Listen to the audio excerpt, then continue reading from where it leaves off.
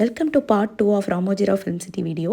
இப்போ நம்ம இந்த அவதார் இந்த மாதிரி அனிமேஷன் மூவிஸ்லாம் எப்படி எடுக்கிறாங்க அப்படின்னு நம்மளுக்கு டெமான்ஸ்ட்ரேட் பண்ணி காட்ட போகிறாங்க. அதை தான் பார்க்க போகிறோம். அவங்க இந்த மாதிரி இங்கே அவங்க பண்ணுறதெல்லாம் அங்கே இருக்கிற அந்த அவதார் ஸ்க்ரீனில் வர்றது பண்ணுற மாதிரி காட்டிகிட்டு இருந்தாங்க.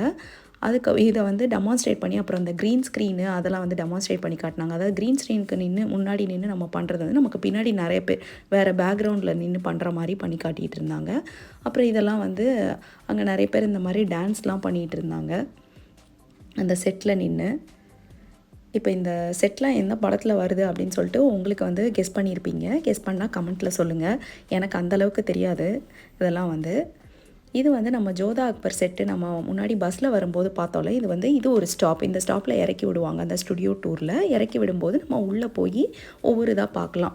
இந்த ஜோதா அக்பர் படத்தில் இந்த பாட்டு வரும்போது எல்லோரும் நடந்து போகிறது அந்த செட்டு, அது மொகல் கார்டன் அப்படின்னு சொல்கிறாங்க. இது ஜாப்பனீஸ் கார்டன்னு ஒரு செட் இருக்குது. இது ஜாப்பனீஸ் ஸ்டைலில் முன்னாடி பழைய காலத்துலலாம் நம்ம இந்த மாதிரி நிறைய பாட்டில் பார்த்துருப்போம். இந்த ஜாப்பனீஸ் ஸ்டைலு இந்த சிங்கப்பூர் மாதிரி படம் வர்றது அதிலலாம் இந்த செட்டில் டான்ஸ் பண்ணுவாங்க. இது ஜாப்பனீஸ் கார்டன் செட்டு. இந்த தீமில் நம்மளுக்கு ஏதாவது படத்தில் சாங்ஸ்லாம் வைக்கணும்னா இதில் எடுப்பாங்க. இது ஒரு தேட்டர் மாதிரி வச்சுருக்காங்க. இதில் சும்மா ஷோஸ்லாம் நடத்துவாங்க போல இருக்குது.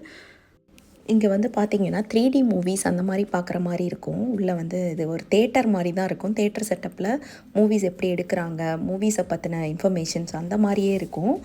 அதுக்கப்புறம் இது பார்த்திங்கன்னா நெக்ஸ்ட் ஸ்டாப்பு பேர்ட்ஸ் பார்க்கு. இங்கே குட்டி குட்டி பேர்ட்ஸ்லாம் வச்சுருக்காங்க. கொஞ்சம் லிமிட்டடான நம்பர் ஆஃப் பேர்ட்ஸ் தான் வச்சுருக்காங்க. ரொம்ப நிறைய பேர்ட்ஸ்லாம் இருக்காது. பட் ஆனால் இது ஒரு ஸ்டாப். இங்கே குழந்தைங்கள்லாம் ரொம்ப என்ஜாய் பண்ணுவாங்க. இந்த மாதிரி கலர்ஃபுல்லான குட்டி குட்டி பேரட்ஸு இதெல்லாம் பார்க்குறதுக்கு ரொம்ப நல்லாயிருக்கும். லவ் பேர்ட்ஸ்லாம் பார்க்குறதுக்கு.